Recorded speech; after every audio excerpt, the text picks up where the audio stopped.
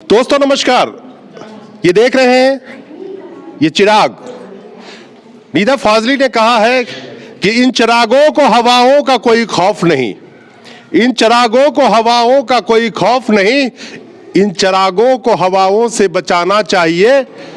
घर से मस्जिद है बहुत दूर, घर से मस्जिद है बहुत दूर, चलो कुछ यूं करें किसी रोते हुए बच्चों को हंसाया जाए।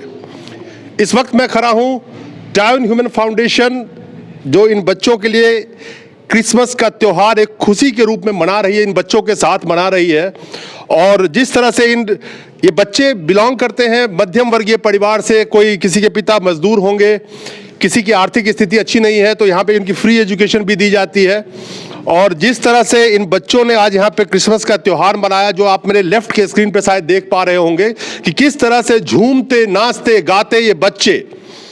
यही तो हमारे हिंदुस्तान की खूबसूरती है।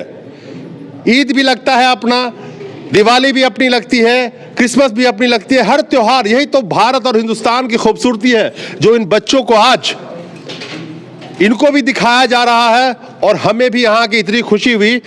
तो बात करते हैं कि जिस तरह से इन बच्चों की शिक्षा हो, और जो गरीब तबके की महिलाएं हैं, हाउसवाइफ हैं, उनको भी यहाँ पे अलग अलग तरीके की ट्रेनिंग दी जाती है ताकि वो अपनी जीविकोपार्जन किया जा सके। क्योंकि आपको पता है कि जिस तरह से काम धंधे का जो हाल है, खासकर मजदूर वर्ग में हो, चाहे मध्यम वर्गीय हो, चाहे जॉब में हो, हर तरह आप जानते हैं किस तरह से कोरोना ने काम धंधे का क्या हाल किया है। खैर, आज उस पर नहीं जाके मेरा मुद्दा ये है कि यहाँ पे बच्चों को खुशी के अलावा इनकी पढ़ाई लिखाई सब कुछ फ्री ऑफ कॉस्ट, इनके जो माता होंगे घर में, उनके लिए भी शिक्षा या ट्रेनिंग की व्यवस्था है ताकि यहाँ पे उनको इस लायक बनाया जा सके कि कुछ वो अर्न कर सके। इस सब को जो देखभाल करती है, इसमें बहुत सारे लोग हैं, अमित जी हैं, ग्रेसी मैम हैं, और भी इनके एनजीओ के लोग हैं। तो मैं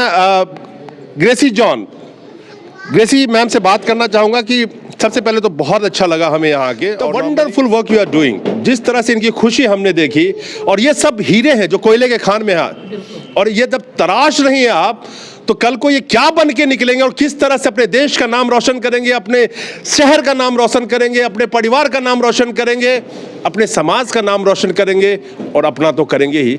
वंडरफुल जॉब। तो किस तरह से ये एनजीओ आप चला रही हैं, किस तरह से ये काम करती है, इनकी शिक्षाएं फ्री ऑफ कॉस्ट आप अभी दे रही हैं, तो मतलब मुझे थोड़ा सा लोगों को बताइए कि बहुत सारी समस्याएं भी आती होंगी।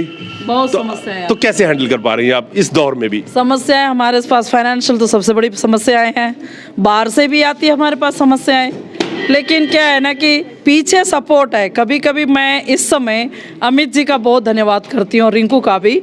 और सबसे बड़ा कि जो अगर मैं यहाँ सेंटर जब से खोली हूँ, मेरे साथ जो पीछे से जो धैर्य बांधने का काम किया है, वो है हमारे कैलाश भाई, जो बोलते हैं हमेशा रास्ता दिखाते, आप ऐसे करो वैसे करो। अगर मेरे पास आज बच्चे भी आए हैं पढ़ने के लिए, जब हमने सेंटर खोला था, पहले मैं हताश हो गई थी कि शायद कोई नहीं आएंगे, लेकिन यहाँ हमारे भाई कैलाश जी और उसकी वाइफ का बहुत बड़ा सपोर्ट रहा कि वे बच्चों को लाना, आसपास के लोग। एक होता है ना, हम पैम्पलेट तो ज़रूर बांटे थे, लेकिन उसके बावजूद भी हमें कोई रिस्पॉन्स नहीं आई थी। लेकिन वो दूसरा पैम्पलेट जो थे, वो मिस्टर कैलाश और उसकी वाइफ का था, जिन्होंने जगह जगह जा करके लोगों को बताया कि हाँ ये चीज़ खुली गई है, तो वहाँ से लाभ उठाओ। देखिए मैम, मैं थोड़ा सा शॉर्ट करता हूँ इसको, क्योंकि जिस तरह से कोरोना के हालात हैं और लाखों लोग बेरोजगार हुए, बहुत सारे के माता पिता बेरोजगार हो गए होंगे, उस वक्त में लाखों बच्चों का स्कूल जाना बंद हो चुका था, और अभी भी बंद ही है बहुत लोगों का स्कूल जाना, चाहे आर्थिक तौर पे हो चाहे स्कूल की बंदी हो। उस वक्त में जिस तरह से आप इस एनजीओ को चला रही हैं, समाज को ऐसे कामों की अभी बहुत सख्त ज़रूरत है, जो वक्त आ चुका है अभी। उस वक्त में कोरोना काल सबके लिए रहा, तो फाइनेंशियली बहुत सारे प्रॉब्लम्स आई होंगी, किस तरह से सॉर्ट आउट कर पा रही है, मैं ये जानना चाहता हूँ। फाइनेंशियली देखिए, हमारे पास जो भी है कि सॉर्ट आउट के लिए सबसे पहले मैंने बोला था, हमारे सपोर्ट जो कर रहे हैं विशेष रूप से अमित जी कर रहे हैं हमारे इसमें। बाकी आसपास के जो हमारे पीछे जितने लोग खड़े हैं, वो हमारे सपोर्ट में है, जिसके बलबूते से मैं इस चीज़ को कार्य को कर पा रही हूँ। मैं एक चीज़ कहना चाहता हूँ कि इन बच्चों का देखिए, इनका भोलापन, और किस तरह से ये बच्चे यहाँ पे पढ़ने आते हैं, जिनको मुफ्त शिक्षा तो दी जा रही है, लेकिन जिस तरह से ये एनजीओ चला पा रहे होंगे, मुझे श्योर है कि बहुत सारी कठिनाइयाँ आती होगी फाइनेंशियली। मैं सिर्फ एक चीज़ कहूँगा कि ऐसे ऐसे एनजीओ संस्थाएं जो काम कर रही है, ज़्यादा नहीं, हम 138 करोड़ की आबादी है, अगर हम 1 रुपया रोज के हिसाब से भी इनके लिए सोच ले तो 138 करोड़ रुपए बनते हैं एक दिन के। आप वो भी छोड़ दीजिए, जो सक्षम हो इनका अकाउंट नंबर, इनका और भी जो पेमेंट के ऑप्शन है मैं स्क्रीन पे चला रहा हूं आपके सामने। अगर कोई भी मदद इनको करना चाहे, क्योंकि वास्तविक तौर पे किसी फर्जी वादे के तहत नहीं, जो ग्राउंड पे काम कर रहे हैं, इनको आप देख रहे हैं जो ग्राउंड पे काम कर रहे हैं, इन बच्चों को जो सब कुछ आज के डेट में दे पा रहे हैं, खास करके शिक्षा, रोटी मिले ना मिले लेकिन शिक्षा अगर उनको कोई दे रहा है वो भी फ्री ऑफ कॉस्ट, तो ये समझिए कि उस बच्चे के लिए सबसे बड़ी बात है। क्योंकि आने वाले वक्त में जब वो शिक्षित होगा तभी इस देश का नाम भी रोशन कर पाएगा और वो कह पाएगा कि कोई एनजीओ और संस्थाएं भारत में ऐसी थी जो हमारे लिए काम करती। बहुत सारे एनजीओ काम कर रहे हैं, मैं ये नहीं कहता कि यही काम कर रहे हैं, लेकिन जो जमीनी तौर पे छोटे छोटे ऐसे एनजीओ काम कर रहे हैं उनको शायद आपकी बहुत ज़रूरत है और एक एक बूंद से घड़ा भर जाता है। तो इनके लिए कुछ करना चाहे, मैं रिंकू मैम आपका भी बहुत बड़ा योगदान रहा और जिस तरह से आप लोग चला रही हैं इस चीज़ को, बहुत ही काबिल तारीफ़ है और सैल्यूट बनता है कि आप लोगों को इस वक्त में भी चला पा रही है। Thank you.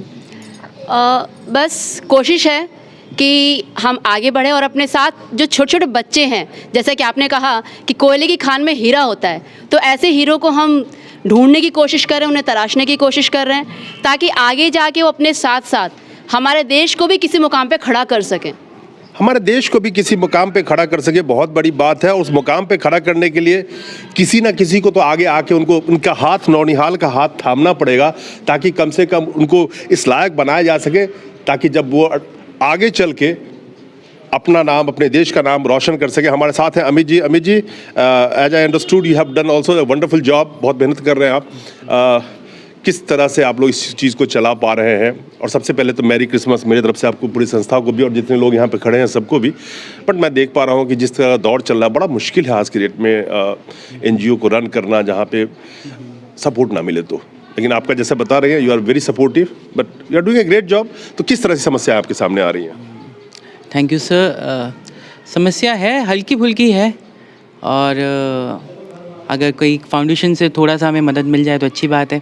बच्चों के लिए ज़्यादा खर्चा नहीं है, अगर आप थोड़ा सा मेहनत करें, थोड़ा सा टाइम ही दे दें। जैसे रिंकू जी हैं, रिंकू जी बहुत टाइम देती हैं अपना, तो देखिए वो अपना इतना टाइम दे रही हैं तो उससे संस्था चल जाती है। हमारी ग्रेसी जी तो पूरा ही टाइम दे देती हैं तो उससे संस्था चल जाती है।